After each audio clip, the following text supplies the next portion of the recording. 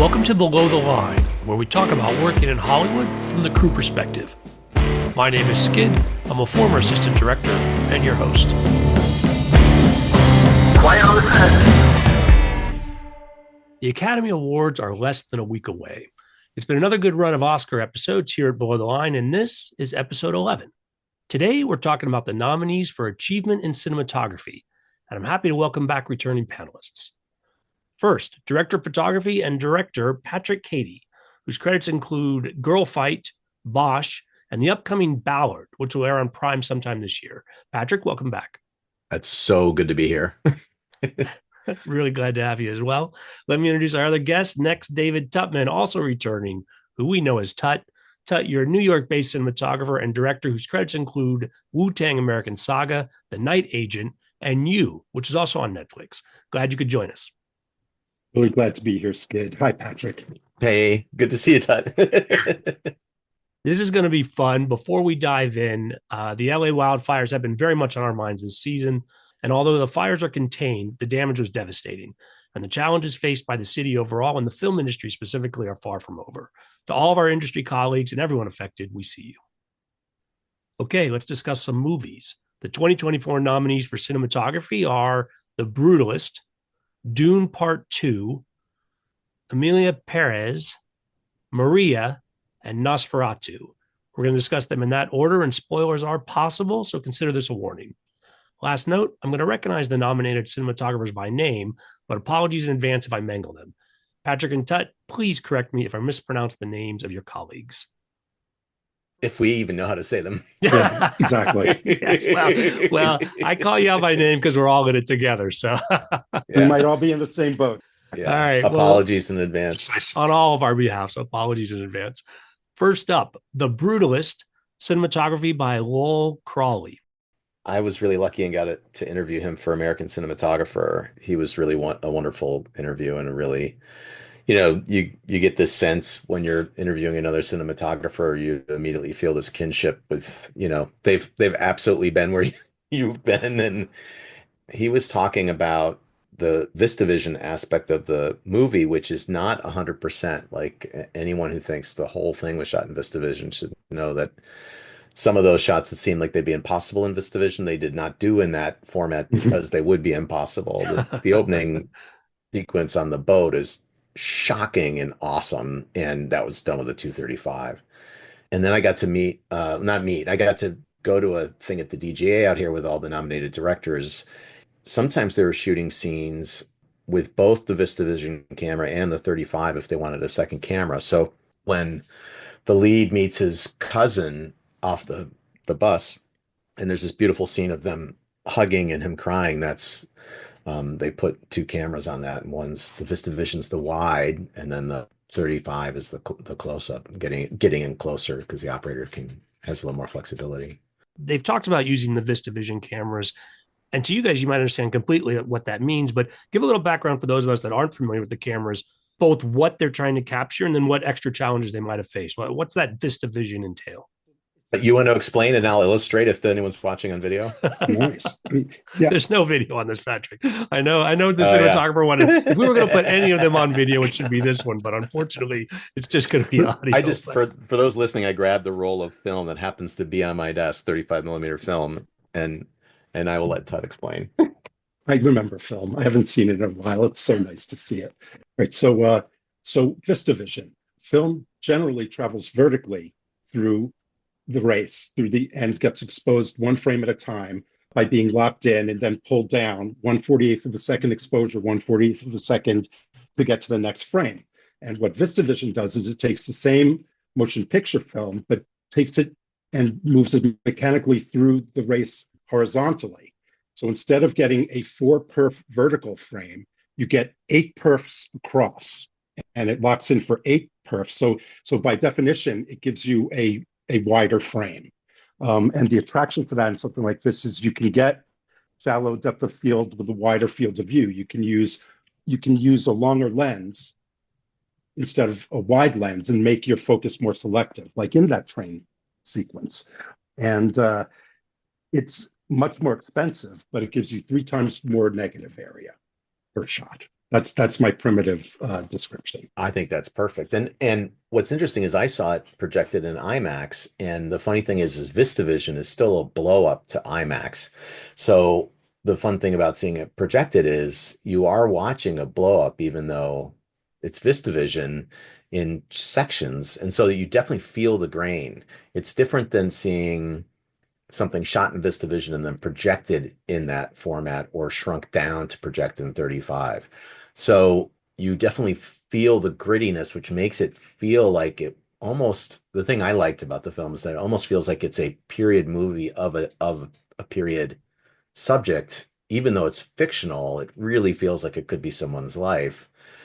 And you really feel the film of it all. The thing Lal and I talked about a little bit was he was especially excited about the VistaVision. There's a sequence where they go to a rock quarry in Italy, a marble quarry, and it's really beautiful projected because the VistaVision's giving you so much more negative, and so you're seeing all these really subtle details. And he does a very beautiful job, and he kind of exposes things down, and it's just gorgeous. Like as Tut and I probably, when we see these images, we probably start seeing charts of like roll off and curves in our heads of, how he's perfectly placing these exposures while at the same time doing very little lighting, so it's a real, I really appreciated his technological prowess. Especially working in a quarry. I doubt Yeah, they had much lighting at all, yeah, if any. Just the, but yeah, I thought it was a beautiful movie, and within that, I thought each scene was kind of its visually, at least, its own little movie. There were so many different tones that were taken from scene to scene. The color theme of the movie would change with the cut to a new place, and within that, though, it all fits so beautifully together. It makes sense, in thinking about, they did use four different camera formats in the making of this movie, and I was really happy to see. So my favorite, I love Cooke S4 lenses. I always have. They're just classic, and they're to me they're just like this perfect skin tone rendition, which in this movie they kind of forsook. But I felt as if it was a beautiful classic choice for a movie that did feel in period. It didn't feel like it was a current movie being made at the time in many ways, and I think that all brought that spirit to it. yeah, it's a lot of wise choices about and it's kind of it's this director's, it's the third in a trilogy of these like false biographies kind of, and it's just really interesting that they shoot on film, and that forces them into certain situations. There's another sequence of them all looking for someone in dusk and fading light, and it is just fading light, and suddenly you get a very 70s version of, all the characters. It's late enough in the movie that all you need to do is see a silhouette against some light in the sky and hear their voice, and you know what's happening, and you do not get to see everything. And you know what? That's totally fine. Totally fine. There's been a lot of talk in my world about confusion versus curiosity. Oh, interesting. And that's what you're posing as part of that to me. How Yeah. we involve the world around us and make audiences work sometimes or concentrate sometimes. The funny thing is to think that a lot of the movies from the 70s that we all hold up and aspire to shoot, if we go back and look at those night scenes, I mean, you've got massive movie stars of their time walking around in silhouette or even being lost. Like in All the President's Men, when he was walking away from the garage, there's that crazy shot that ends with him silhouetted against is it the White House or the Capitol building? And there's just chunks where you can't see him at all because, it's panning with him. The operator could see him when he was really there, but he just disappears and then he pops out in silhouette, and you're like, that's fantastic. And now, currently, more than just the limitations of the technology, it's the willingness to take risks. Oh, that's exactly it. Yeah. Yeah, Please don't make it what you think is the correct. I'm telling students that all the time. Like, it's easier to make it correct in quotes, and that's probably wrong for your story. Like, you've got to keep having the story influence what you're doing. totally. It's Yeah. the fun of it. Yeah, Yeah. Beautifully shot film. I think so too. Yeah. I have one more fun trivia fact about this. The 70 millimeter prints of the film are 4 miles long. And and they weigh, if they were unspooled, and each print is 259 pounds because of the And vis. the intermission is running film print. Yes, It's timed by the length of film. So just think of that. Like they're paying an every release print for just the thing that says intermission on the screen for however long. Like I wonder. it was a great family photo. Yeah. And has It's original score nice. through the intermission as well, right? So that's the Yeah. editors Yeah, got to No, keep it it's running. fantastic. So And all praise to the projectionists, praise to the projectionists who are running that print as nicely as they're running it. I love that there's nice, people out there not just able to shoot it, but to run it too. 100%. all right, the second film on our list is Dune Part 2, cinematography by Greg Fraser. I mean, Greg Fraser's a beast. The fact that when Dune 1 came out was also the same year Batman came out. One of them looks like it was shot on Super 8, and the other is an epic. I mean, Greg's a badass. Big time. Big time. Yeah. And what's interesting is I think the fellow cinematographers listening to this and even just crew in general, when you see that movie, if you didn't know enough, you might dismiss a bunch of things as being the special effects of it all. And what's happening is it's so seamlessly preparing the footage for the special effects, and it's making all of these very smart visual choices in the middle of massive VFX scenes. I mean, there's a couple shots, even just like the riding the giant sandworm. Like there's one shot that is them calming down before he calls the worm, and it must be like an 800 mil lens. Like every now and then they're just stacking people with these massive lenses. And I think for some of that, like the sandcrawler thing where she's hiding behind the leg and it starts to move and he's running, they did some of that shadow for real, right? And then build the crawler, the rest of the crawler around parts. So it's this insane logistics. I think it's interesting to see something that's logistically has to be so pre-planned, and in some cases, sets built to use real sunlight that then feels like you're there and just experiencing the story. And that's a tricky thing to keep alive. I read somewhere that there was a Dune sequence which took actually, it was shot over 44 days because the sun had to be in certain places because, it had to be, it's a movie where that type of consistency. I work in TV, where's the sun? Well, we'll do our best to embrace what we can in the best possible attractive way. But the purposefulness, it makes me think of what we were just talking about before. In the Brutalist, it's kind of the opposite. This movie to me it's impeccable big movie photography, cinematography to me. Whereas it's not the same type of risky storytelling in that It's way. very curated. It's Yeah. highly curated and beyond competent. I mean, that's not even a word. Yeah. Master, It's not even it's masterful. It's masterful shaping, like you were Yeah. saying, and so it's a movie which, in ways, for both, were very shaped. Clearly, there's an element of this one which has an emotion. It's emotionally counter in a way in terms of the goals of the cinematographer. It feels like, but still telling the story the way it needs to be and should be. It's perfect for the movie. The thing that I get chills when I watch it, and it's from having made as you have too this transition to directing, is you see them really concentrating on performance in the midst of all this other thing. Like it's a task to keep thinking like you're a student filmmaker when you have all the toys in the world, even on a TV show. When you I came to TV from very small indie features, and to me I was like, oh my gosh, there's a 40 footer here. That's fantastic. And you have to kind of keep the oh well, it's going to work with the bounce card as long as we get this expression part. And so this is watching the mix of both. Like everyone's perfectly lit, but they're still getting it's if this photography wasn't supporting this film, it wouldn't, we might not know about it as much as we do. Yeah, I'm perfect adverse in a way myself. I like flaws, but within that, to me, this movie demands and got perfect visual storytelling. It really did. I think it doesn't work as well if it's not. I think that's the Right. case for all these films. These films as a whole film don't work as well as they do if they're not photographed the way they're photographed. Patrick, something you said earlier, because we talked about Dune 2 earlier in the series when we were talking about visual effects. And so I know some of the choices that were Right. made, but I was curious, do you think it is common that people might undercut the cinematography in their minds, casually saying, "Oh, that was visual effects that's doing that work"? I mean, that you've mentioned it kind of that some people would do that. Do you think that's common that people discount the cinematography? I think it might be more common if you're a student listening to this that hasn't tried to blend real footage with effects yet.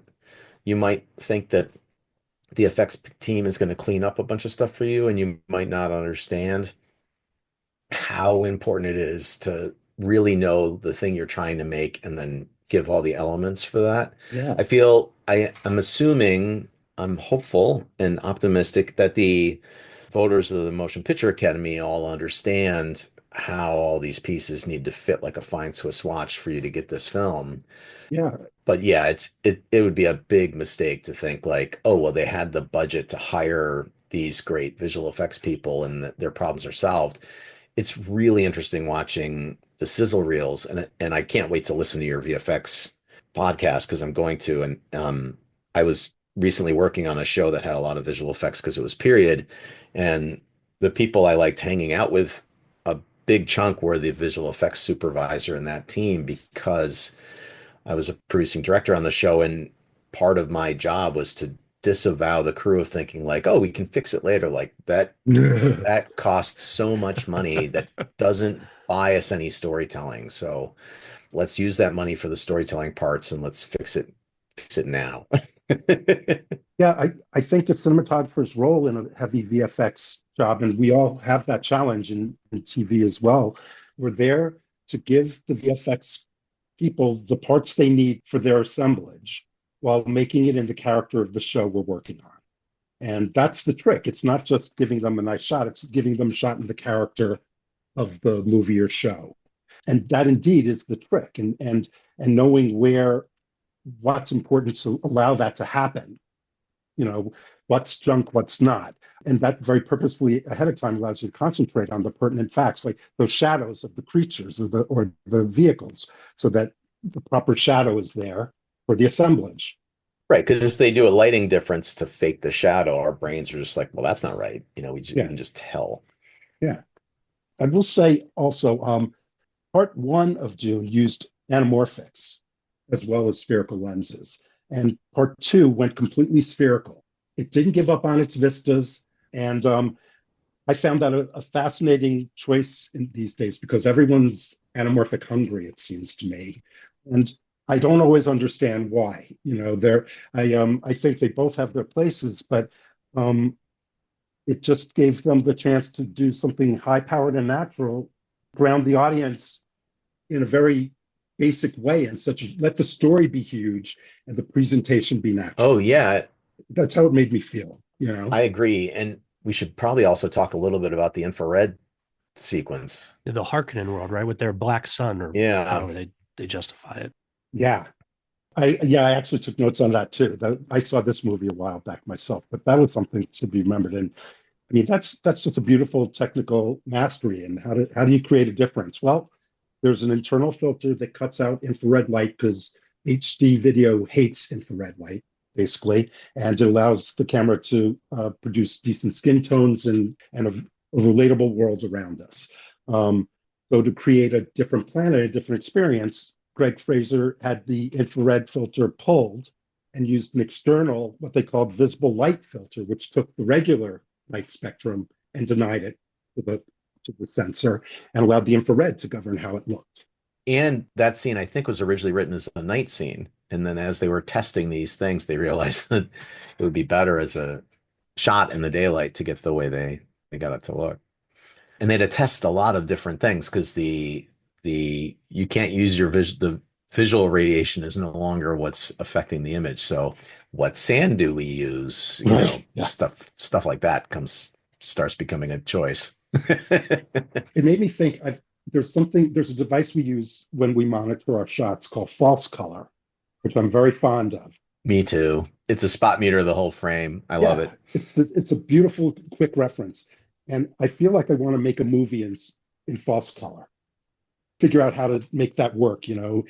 I haven't quite figured out all the math of that in a certain way, how to make sure everything is read you want to be at a given time, being that it's a light sense. I thought it was a really interesting idea, and this kind of goes there almost. It could be a Predator first person point of view short film. Exactly. Yeah, like a sitcom, but in Yeah. Predator vision. Yeah. All right, well, we're going to put a copyright on that. Yeah, again, Dune 2, absolutely worthy of. I mean, I don't think there's a film that I wish this list could be longer. There's Yeah. so many good films. Every one of these cinematographers did an incredible job. Yeah, for sure. They're all incredible movies just to watch. Yeah. Well, I'm curious to hear what you guys have to say about the third film on our list. That is Emilia Pérez, cinematography by Paul Gaume. The director is French, and the funny thing is it's the French entry, right? It was the French entry when it was up for foreign, I think, even though it's set in Mexico. I believe that's correct. And I think a lot of the crew and such is French as well. They filmed it in France. 80% of it was shot in a studio. That's the part that's crazy. And I didn't realize Crazy. until I saw Jacques, the director, talking at the DGA, and he described that musical number at the beginning when she's on her computer and like the world is swirling around her and she's going from place to place. And he was describing how they did that inside, and my brain exploded. Amazing stuff. Yeah, and choreographing literally because there's a lot of dance in it, but also how the cuts from one area to another are going to make it feel like it's a continual street, even though they're redressing sections of the stage and coming back the next day to shoot the next part and making it all feel seamless. The thing I really liked about the photography was the rawness of it. I liked that there are a lot of uncontrolled highlights, and it's a non-glossy musical, which I think is really an interesting way to go. Totally. Not afraid of a spotlight, that's for sure. No, not at all. That sequence when they're at the dinner, that sequence is just like beaming massive backlights onto people, and like And you can see them sometimes. They're there, they're in the shot sometimes. It's yeah, unabashed theatricality. yeah, and letting the highlights go that hot, that's a conscious choice. That's not just happening by accident. They're just buying off on it and letting it rip. And it's a really fun way to have this street energy on top of a musical. Really interesting. Really interesting. A lot of controversy with this movie based upon some choices of statement that a performer made. Oh yeah. But within that, this movie was such an incredible combination of tenderness and sometimes anger, music, potential for violence and violence. It hit so many vivid notes to me. I really found it fascinating. It was a movie without a lot of fear, that's for sure. Yeah, and I feel like the this raw mix of color temperatures and uncorrected sources and just the sense of that vitality is about. I think some of the reason it's a musical is because we connect very emotionally to music in a way that we kind of don't connect to anything else. And I think that's a really interesting trick for the cinematographer. How does Paul make that work visually? Like, how do you reflect that visually? And I would have loved to have been a fly on the wall when they were prepping, like just hear the conversations they're having about the visuals matching the story. And because there's pitfalls, like all, I think that's the interesting thing about all these movies too, is there are things you could, you know, would be justified in choosing to go another way, and then the movie might not work as well. Well, I think this one celebrates in a way that kind of, well, it's a fight that this one celebrates its the balls out quality, Yeah, for sure. full commitment everywhere you look. Yeah, there's no half choice. No, they shot at a pretty high ASA level, which I think helped a lot in terms of letting them make those kind of stark choices with smaller fixtures, Yeah. and I think that helped them move through their day and their needs. The camera movements were great. I thought Oh, yeah. the blue screen work, the superimpositions were, I thought, so interesting, and it had this amazing again, this amazing emotional contrast going on, and the scene which rang biggest to me was, and I don't want to do a lot of spoiler, but it's when the little girl's singing her song about Papa. So I don't think I spoiled anything there with that. But with that, the lighting had there was a difference to it. There was a just a soft groundedness to it. There's kind of that green, spacey, lasery looking house light, practical, that's governing the scene in a lot of ways. Truly a beautiful, beautiful, practically driven scene to me when I look at it in my head. I feel as if there weren't a lot of other lights working except for those. Yeah. And it's just kind of magical, other than the lights in the room. And the camera allowed that, I think. Yeah. And to have those moments of rest in between those big musical numbers, which have a lot of flash in them, is really important because it keeps you grounded. It's interesting. It did keep you grounded. I mean, there's a character who's supposed to keep you grounded. Right. But within that, it's impressive that they allowed you to stay grounded on such a ride. I loved the whole handling of the Emilia Perez falling in love. That whole sequence Yeah. was handled so well, and yeah, it's just very it's deft at the same time. It's sometimes brings out the baseball bat and hits you with it. Like it's it's really exciting. Yeah. Yeah. Beautiful, hard and soft touch, no Yeah, doubt. exactly. Exactly. It's interesting to hear you guys talk about this one because I'm on record thinking that when you talk about the pitfalls, Patrick, that this movie overall did a big faceplant on those pitfalls in the sense of representation of both trans community and the Mexican community, which I think Right. is misguided in how it came together and sort of the thinking behind it. But when you guys talk about the skill that's brought to the cinematography, I'm actually still really fascinated that I mean, do you think on that project everyone was just, oh, we're pushing through and just the cinematography is successful in that? Or do you think the cinematographer is like, yeah, I don't know about all of this, but it's going to look good? I mean, how do you approach something like that? And again, maybe that wasn't their mindset, and you alluded to, Ted, a lot of it's played out in the press as it's being discussed. But Yeah. yeah, but again, you guys are describing just the skill that's brought to really deliver the visuals in this. Where, yeah, I'm like, wow. I mean, but the project overall, again, I still feel like on record was misguided. Yeah, for sure there are some giant mistakes if we're talking about the film as a whole. There's reasons, there are stories, right? Right. Um, uh, I think what happens, and it's worth thinking about, is the I've had this happen in smaller regard. You'll be meeting on a film, right? You'll read the script, and let's say the script is written by the director. This happened to me once, more than once. And I feel like in those meetings as the cinematographer, one of the best parts of the conversation to have with a potential director, and it's funny because you need to work to live, right?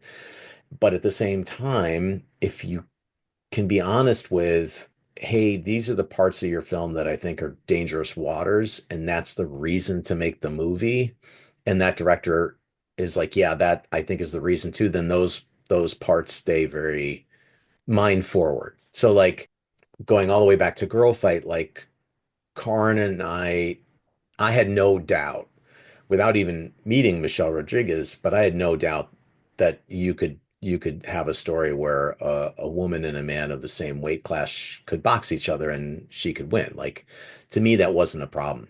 But it was interesting to talk to people about it and have some of them be like, "Yeah, but he's a guy, right? Like he's going to win." I'm like, they're the same. And as soon as you saw Michelle in training, you're like, well, I think our big trick when we were shooting the movie was like, how do we not make it look like she's going to snap him in half, right? And but in having the conversations with Karin, we quickly went past that as a potential problem and started diving more deeply into how do we make the world feel real and these other things. And I think it's frighteningly easy, especially once you start, filmmaking's a weird thing. You're making the museum and the artwork that's in the museum at the same time. You should be walking through the museum looking at the artwork, if that's the analogy I use. It's like it's such a massive undertaking. It's not just making the art and looking at the art, you're making the building the art is in, right? So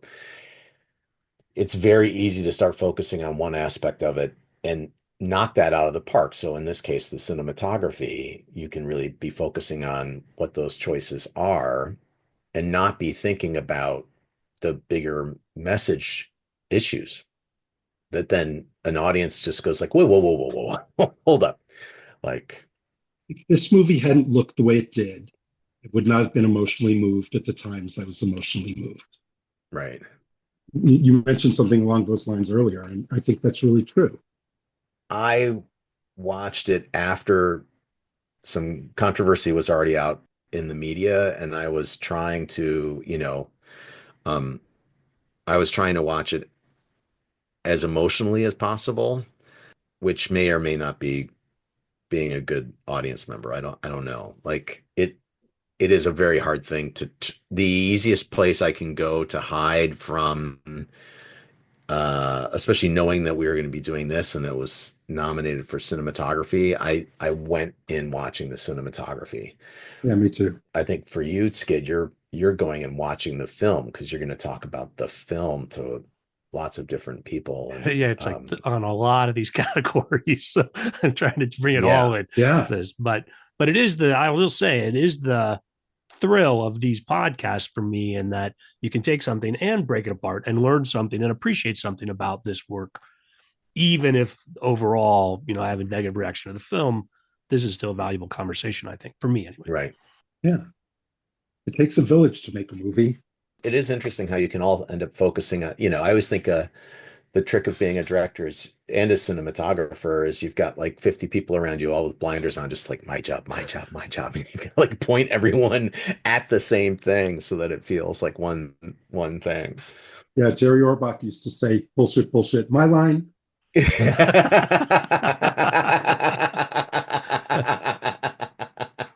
I think cinematographers are one of their most important jobs on a set is we are deliverers of truth. People can have all the pie in the sky notions they want about how to do things or what it's going to take. And we're there to break it down into its essentials so it can be accomplished. And within that, we are people who are generally engaged in hopefully a very honest discourse about the options and what things will take. And this could be a movie where you're, no, and I don't know. I think there's probably a lot of pride in the making of this movie for Paul Guillaume. As well there should be. This could be a movie where his deliver of truth job was the biggest part potentially. This is what it's going to take. I don't know. In which case, well done. Well, I'm going to move us on to the fourth film on our list. That would be Maria, cinematography by Ed Lachman. My note on this, I have a little cheat sheet up on the computer here, and my note on this is really simple. It just says his shaping of light is just crazy and has been for a long time. A long time. And his understanding of color palette, like his ability to work with disparate directors and create very different color palettes across different films that all make sense. What are some of the other films that he's done? Oh, I was just thinking of He did El Conde, which was nominated last year. Oh, yeah, right. black and white. That's Love right. that, which was a black and white movie. Unbelievable. And then what was the one that he did in 16 millimeter, like a remake of Leave Her to Heaven or something? I'd have to look it up, but Yeah. I mean, Ed's a senior cinematographer at this point. He's been doing this for decades, and he's also, from everything I understand, people really dig him. He's a really lovable guy from everything that I've heard from people. Kind of a national cinematographic treasure.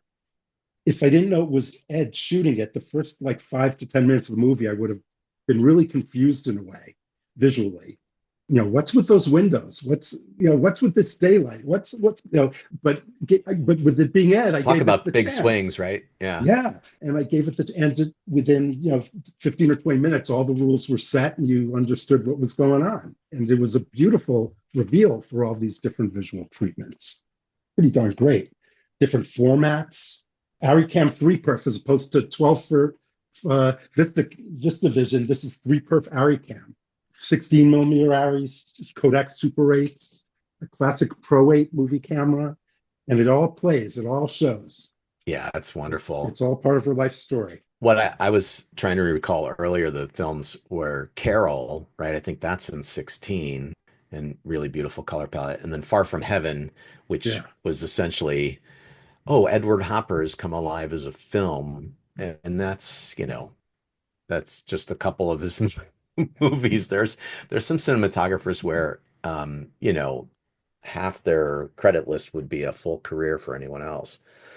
It's interesting you talking about that initial moment of shock because I think I had the same thing and just knew that it would probably pay off, and of course it did. exactly. Yeah, give it have I know his work well enough to have faith in his experimentation. And Right. it definitely there's a huge payoff. Different cameras and formats used for different parts of her life. He used lenses that were contemporaneous with the subject matter. He loves his ultra Baltars, and they're the lenses that made Citizen Kane and Touch of Evil. You're right. You know, I mean, he's paying real homage to great movie making of the past every time he takes a swing. It seems to me. And he's equally comfortable and he's been doing it long enough that it could be film, it could be HD. He's still going to be able to craft it to what he wants. Yeah, I loved watching film, of course. It was beautiful to yeah, watch. beautiful. The saturate. I mean, you wouldn't be. I mean, you can saturate video beautifully. I'm really proud of a lot of my digital stuff and the incredible digital stuff we're talking about. Incredible. Yeah. But there's a richness, that a lot, and a bunch of that's in the grading, but a bunch of that is in the gels and in where he's putting his lights, and Yeah. it's on the negative. It's not being done after the fact. I love the little kitchen, that scene towards the beginning in the kitchen. I just thought like all the choices there were really wonderful to see. And I always think it's interesting to watch a really gifted cinematographer get stuck in a small room. For sure. Like, oh, what you gonna do in here? It's gotten a little better with cameras that go to 2500 or 3200 ASA. Yeah, That for certainly sure. helps. You can use a lot smaller stuff, and we can be practically driven in a way that a movie camera can't necessarily. Although in Right. this movie, he did a lot of practically driven scenes. There's a scene where basically he took the 25 watt bulbs that were there and upped them to 40 to get a passable exposure in black and white, and then ended up using some even bigger bulbs with some sort of diffusers around them and black plastic, to Yeah. shade it properly. But those are that type of stuff. I love practical lighting. It's funny, like this is a rare year where we're not talking about a Roger Deakins shot Yeah. film. And Roger does that too. That great sequence in the Coward Robert Ford. It's like, well, what would a train do if it was coming through these woods? And they just, he just puts big bulbs where all the regular bulbs would be. And the thing that I said that's the bad part to say is the word just, because it takes guts to make those choices and to chase them down and see what they do. Because there's a benefit to it, but there's also a side effect which can be unwanted. Yeah. And how do you balance that out? Always, yeah, it's that mitigation of your risk taking it's a big part of it for sure. Yeah. When you have a lead actor and she's doing this really difficult stuff and playing big emotions as small as she can, you don't want to have her walk on the set and go like, "Oh, I'm sorry, I need another 30 minutes. I was wrong." Yeah, yeah, for sure. And as an aside, not cinematography, I thought Angelina Jolie was great. I was very Yeah. impressed with her performance, and I liked how Ed lit her. I thought there was a classicism to it and an elegance. I thought, I mean, we're in a world where unfortunately there are double standards, and lady lighting is an important part of a cinematographer's job often enough. I call it lady lighting sometimes, and I think that Ed showed how great he is at all facets of this game. It's really beautiful. Yeah, it's that thing of maintaining quote unquote beauty, but then also letting her be of an age. That's really important. At an age with a friend named Mandrex. Yeah. Yeah. Yeah. Casting Cody Smith McPhee was a genius move. I've gotten to work with him as an actor. He's really gifted. he's got such a great face. Yeah, really interesting look for that, I Yeah, thought. Totally. he's wonderful. Yeah. Yeah. I enjoyed this movie too. I wasn't sure how I would feel about it. I guess it got mixed reviews, so I wasn't sure what I was going to see other than great cinematography. But I ultimately thought it was a really well told tale. I enjoyed the movie as a whole. Yeah, I was more down the middle of the road on the film as a whole, but again, didn't mind watching every single frame. Yeah, Ed had one really interesting thing to say, which was the notion with film, the grain giving the image depth versus the planar sensation of pixels and digital.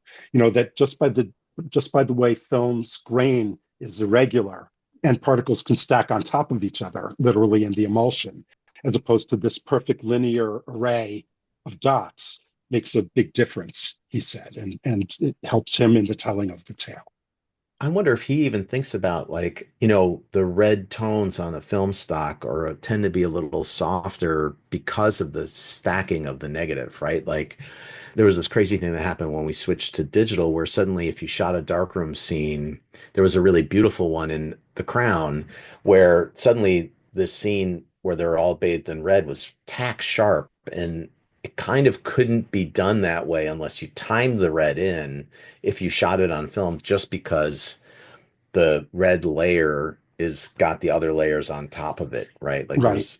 there's this thing. It's obscured, right? Yeah. And someone with Ed's experience, even if subconsciously he thinks about some of the color palette in film with how it may or may not be as sharp as other certain colors are technically going to be sharper than others, right? I'm not Hmm. off my rocker thinking that way. No, I mean, hence in black and white, even why you use a red filter Right. sometimes or a yellow filter. Absolutely. So, Yeah. and I'd be willing to bet Ed, with his experience, it's just kind of all in there, and Right. it's almost this very unconscious experience almost. It's in the visual Yeah, storytelling hopper. I'm not on that level, but as I get older, there's a lot of it simplifies. I have to be honest in a certain way, and becomes just more comfortably in their knowledge. I don't have to search it out or think it. It's just kind of the conclusion I come to more naturally that makes me comfortable. And I think that's a function of experience in a way. And I think the fun thing about the experience part too is that you now have answers to the mathematical demons you can't change, right? Like the Yeah, physics of how a light falls off or something. You have tricks for getting around. absolutely. I'm playing a lot of those right now. I've got to drop through a huge window that's only 12 or 13 feet away. And Oh, yeah, yeah. thank you. I can't stop thinking about that. Yeah. One of the things I like about sitting down with you guys is I feel like I'm always going to learn something, although sometimes I don't necessarily understand what I've learned. So, but you bring it every time. I really appreciate it. Geeks Yeah, like hanging out with each other. it's true. Who else would understand me? Yeah, who else would understand us? The final film on our list is Nosferatu, cinematography by Jaron Blasky. I'm a bit obsessed with a couple shots in this film, and they're probably not the ones people are thinking of. Like there's that amazing sequence cut in the woods that I'm assuming is a false reverse, right? Where he's Right. backlit in both directions and it's freaking Yeah. like a painting. There's a scene around a minute 59. I had to look it up again last night just to make sure I had it right. With it starts with her looking to camera and then she turns to the vampire. There's got to be a light cue in there somewhere. And suddenly she has just enough eye light on her downstage eye that we still read the shape of her face, but in a very specific way. And the film is full of those moments. There are times where I think my memories of the film are black and white, even though it's a color film. I feel that way too. I keep thinking about it as a black and white movie. That's Yeah. fascinating. It's interesting. I thought I was a little hesitant to admit that on a podcast. No, I think it's just so true to its material that it goes there. Right. I wrote something about there because the very selective use of color. I wrote a note: selective use of color to enhance the quality of black and white. Yeah, it's exactly Because right. I because I feel that way. It feels like it's this beautiful respect to the movies from which it and stories from which it comes. I really respected that. Me too. And I feel because I come from lighting, I always think of these, I kind of notice the lighting things first, but it's this mix of, there are a couple really like very specific, once again, I'm improperly using the word just, it's a pan, but it's 90 degrees to something else, and both sides of that move look phenomenal and taken care of. As a cinematographer, I'd rather shoot opposing coverage than one camera straight at someone and the other camera like 90 degrees to them. Like, Right. Or have room for a bunch of flags to keep the setups almost independent or some yeah, it's an intricate setup is what it comes down to make that yeah, work. yeah, Certainly not easy to do on television time. It probably took a bunch of time to get that. yeah, for sure. And it's very shaped. And um, what's interesting is I don't know if it's Yaron or Jaren's work before this, but now I want to go investigate. I feel probably some of my compatriots do know their work more than I do, but it's really impressive. And it's funny because we're talking about details within the shots, but there's also a lot of discussion. Mr. Blasky talked about using the Baltars to suppress fine details, Oh, funny. to get that drop off, Right. around it, that bokeh that's so well known for. And I feel the same way. I feel as if there was a tremendous amount of our understanding of the sets and of detail, physical details on bodies, and it's all there. Despite the fact that he's seeming that they're wanting to keep the mist-like appearance, keep it in the world of dreams and fantasy, but there's also this amazing reality in what's punched to me, and Yeah, and I think that's the idea that a horror movie can succeed if you are shown something that you can't quite look away from, right? There's those two schools. The like, well, if I pan off as it's happening, your imagination is worse than you can, you know, it's good that Jaws you don't see the shark all the time, right? Because that's right, scarier in your mind. right, But then there's this other world of we're just gonna stay focused on him doing horrible things to people, yeah, and you're going to wish we weren't, and we're going to do it this way. Like, this is the way we're going to approach it. I really love this movie. I felt me like too. the whole time I was watching, I was like, oh, yeah. It's a very intimate movie, really. Oh, well, yeah. You And know, it's about, yeah, it's about a whole bunch of things. It's interesting. It's about a whole bunch of things that other movies are getting wrong. It's like, the fragility of the woman, and it's like, well, no, she's going to save everyone. and the weight of obsession. Yeah, absolutely. And it's fun that they're exploring these things that you would hope in our modern day have just become tropes and aren't worth still exploring, but sadly here we are. They're still worth exploring, so why not use a horror movie, as they often are, to pick at these social things. Zombie movies is the communist threat. It is. Yeah. Yeah. The reason the Universal monsters were so popular was because the whole country was turning into teenagers, so everyone felt they were monsters. I That's true. It's the baby boom, if you think of the timing. love that. Yeah. Skid, what did you think? I really enjoyed that film as well. And Patrick, in your defense, I also have faults and memories of it being black and white. When I thought back to Right? All watching of it, us, yeah, yeah. just to I think it's very I common with saw it this. months ago, and when I picture it in black and white. I totally do.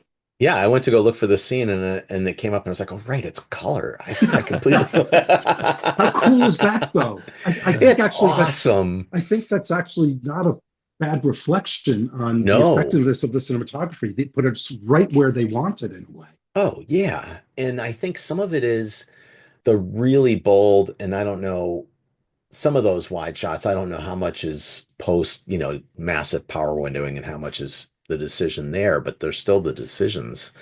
That great wide shot at the casket with all the rats, and Yeah, you know, it's just awesome. Willem Dafoe being he was great amazing. as always. Well, this is a pretty competitive slate of films, you guys. But as we always ask, any additional 2024 movies that caught your eye on account of the cinematography? I have a list. And I haven't seen a lot of movies, so I honestly really kind of don't, sadly. Totally fine. Ted, it looks like Patrick has done the homework for both of you. So, Yeah, Patrick. Patrick, what do you want to throw out? I'd love to throw shout outs to the ASC nominees for the like bigger budget and then the this other category we have that tries to find wonderful cinematography and maybe films the public doesn't know. So ASC Awards, the additional nominees are Alice Brooks for Wicked. And if you've gotten to see her talk about the making of that movie in any way, you would understand the massive undertaking it was. And I think in the Academy, it might have befallen not being dark or something, right? Like it is a ridiculous achievement, her photography in that film. It is shocking. And the culmination of her having done several really well photographed musicals on the way to it. And then Conclave has some phenomenal shots in it. And then A Complete Unknown is the other ASC nominee for cinematography for a feature. And I think what's interesting is Faden is so good at making these like you could watch that and not think of if you're not a cinematographer, you would not know how much work is being done to make A Complete Unknown look the way it does. I think it's a very subtle hand, and sometimes a lot of our compatriots' work gets lost because it's subtle. And then smaller movies that you should be looking for. Well, Nickel Boys, the photography and the storytelling choice, which essentially, in my mind, when I was watching that movie, I had a moment about 20 minutes and was like, oh, I am watching a piece of art that could as equally be in a museum as it could be on a movie theater. And I love that they just went for it in the first person point of view aspect of the storytelling. It is purposefully brutal to be stuck in that point of view in that story, which serves the story well. And then Naui is a story that is worth looking at for both the story and the cinematography set in Africa. And then one of my favorite looking movies of the whole year is The Girl with the Needle, which is black and white and is unbelievably photographed. And then the other two that haven't gotten any nominations or anything are Vermiglio, which is a very soft looking Northern Light film set in I think it's the Italian Alps. And I grew up south of Buffalo, surrounded by snow, and I just was blown away by, I could kind of tell, like, okay, if they are on stage for any of these interiors, they've perfectly gotten the way light comes in a room off of snow. And if they're not, they deserve all the credit in the world for shooting in what must be so much snow, even the interiors. And then a weird one that I'd like to shout out is Longlegs. Andres Arochi. I just thought that was really beautifully photographed for a genre film. I think that's someone to keep looking out for, if I got their name right. Thank you for giving me an awesome list. Yeah, I saw about half of those, Patrick, and so there's some on there that I haven't seen yet either. So, yeah, add them to my Oh, list. cool. The ASC does this thing called the Spotlight Award, and it's really interesting. Hopefully it shines a light on those cinematographers and those movies because they tend to not be noticed unless both aspects of those stories are great. And the sheer logistics of that Joe Frey had to undertake for making Nickel Boys be the way it is that's a big problem to solve. That one I have seen, and yeah, I think I was very impressed as well with the cinematography on that. It really you couldn't tell that story that way without that approach. I think. It's rare that I see a film and I think like, okay, this is a completely different way to tell a story, and it's challenging me and it's working. Like it's making me feel the way I think it wants me to feel. Just one more thing. We've been talking before we actually got started, and we felt it would be really nice to say something about where the business is right now to all of our brothers and sisters about the difficult year we've all had, and in talking about these amazing undertakings and the incredible accomplishments of hundreds of people. We're in a really tough time as a community right now, and I just want to say there isn't a day where I'm not thinking about all my colleagues and what we're up against right now. Yeah, agreed.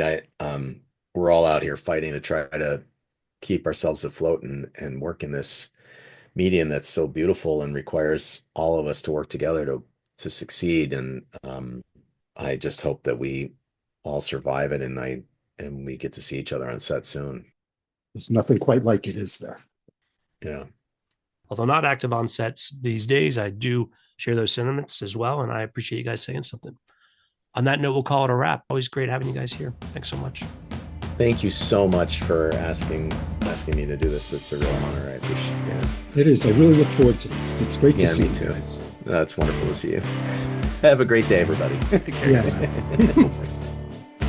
Programming note, we were aiming for 13 episodes this season, but it looks like we're going to tap out at 12. We were hoping to do a preview version of Casting, which will be formally recognized as a category by the Academy next year, but it didn't come together. Still hope you're keeping up. Subscribe now if you haven't already so you don't miss what we have to share. As always, I appreciate your feedback. You'll find my contact info on our website, belowtheline.oneword.biz. That's B-I-Z. Closing credits, thanks to Curtis Five for our music and John Wan for our logo.